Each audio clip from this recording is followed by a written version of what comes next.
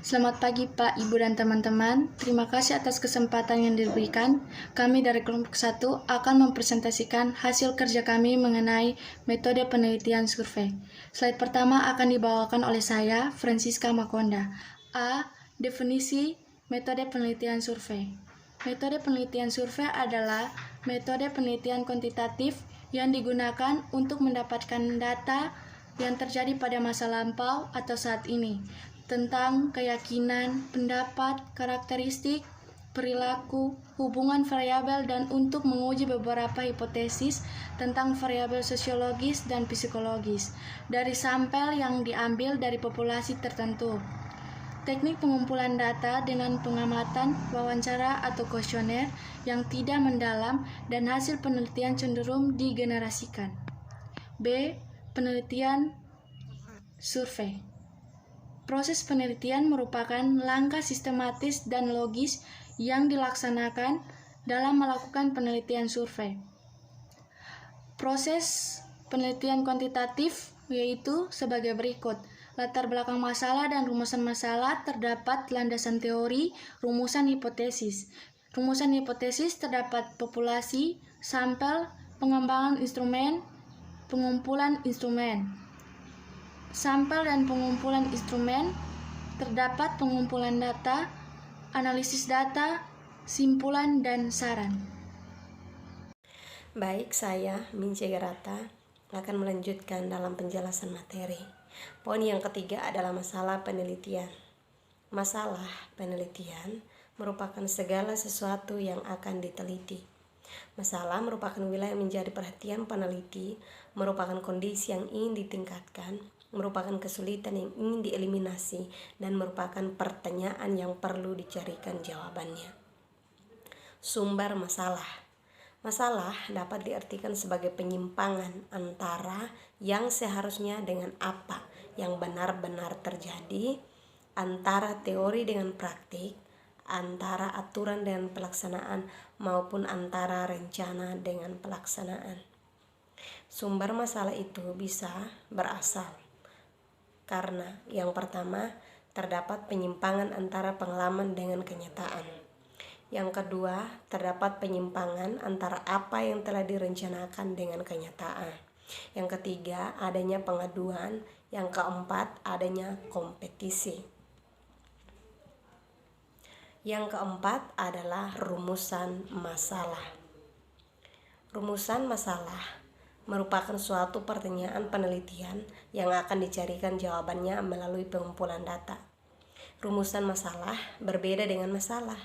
Masalah merupakan kesenjangan antara yang diharapkan dengan yang terjadi. Maka rumusan masalah itu adalah suatu pertanyaan yang akan dicarikan jawabannya melalui pengumpulan data.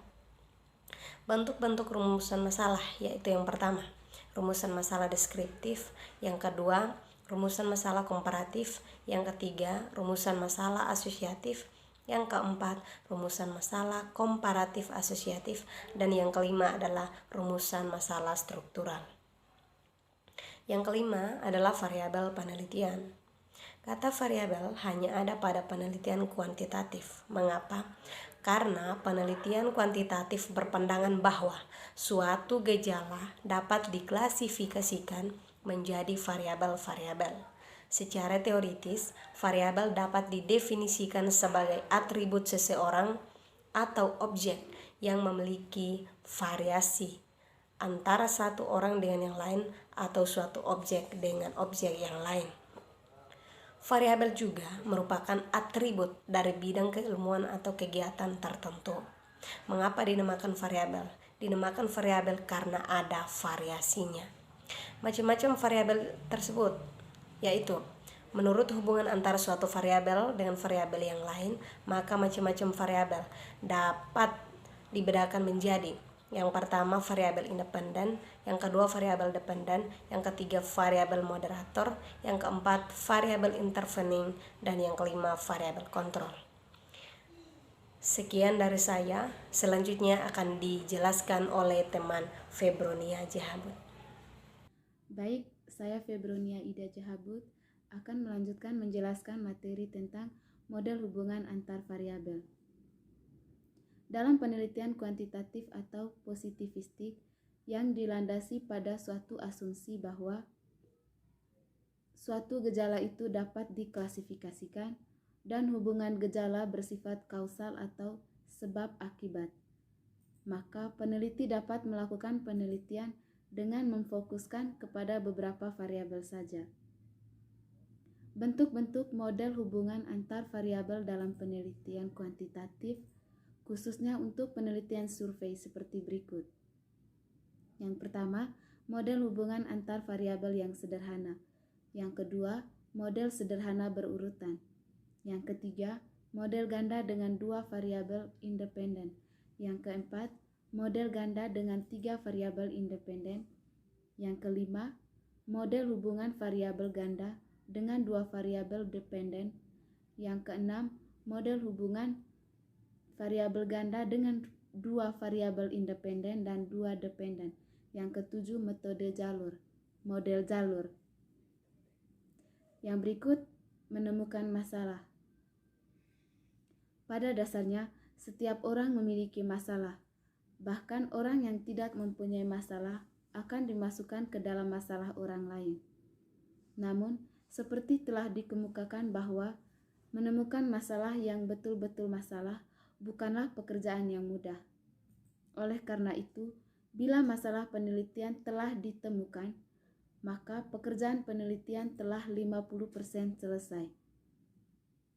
Dengan demikian, pekerjaan menemukan masalah merupakan 50% dari pekerjaan penelitian. Untuk menemukan masalah dapat dilakukan dengan cara analisis masalah, yaitu dengan pohon masalah. Melalui cara ini, maka titik permasalahan dapat diketahui. Mana masalah yang penting, yang kurang penting, dan tidak penting. Melalui analisis masalah juga dapat diketahui akar-akar masalahnya. Misalnya, dalam suatu organisasi produktivitasnya rendah atau banyak pengaduan dari masyarakat tentang kualitas pelayan yang diberikan oleh organisasi tersebut. Baik, sekian presentasi dari kelompok kami. Mungkin ada tanggapan dari Ibu dan pertanyaan dari teman-teman, kesempatan kami berikan. Terima kasih.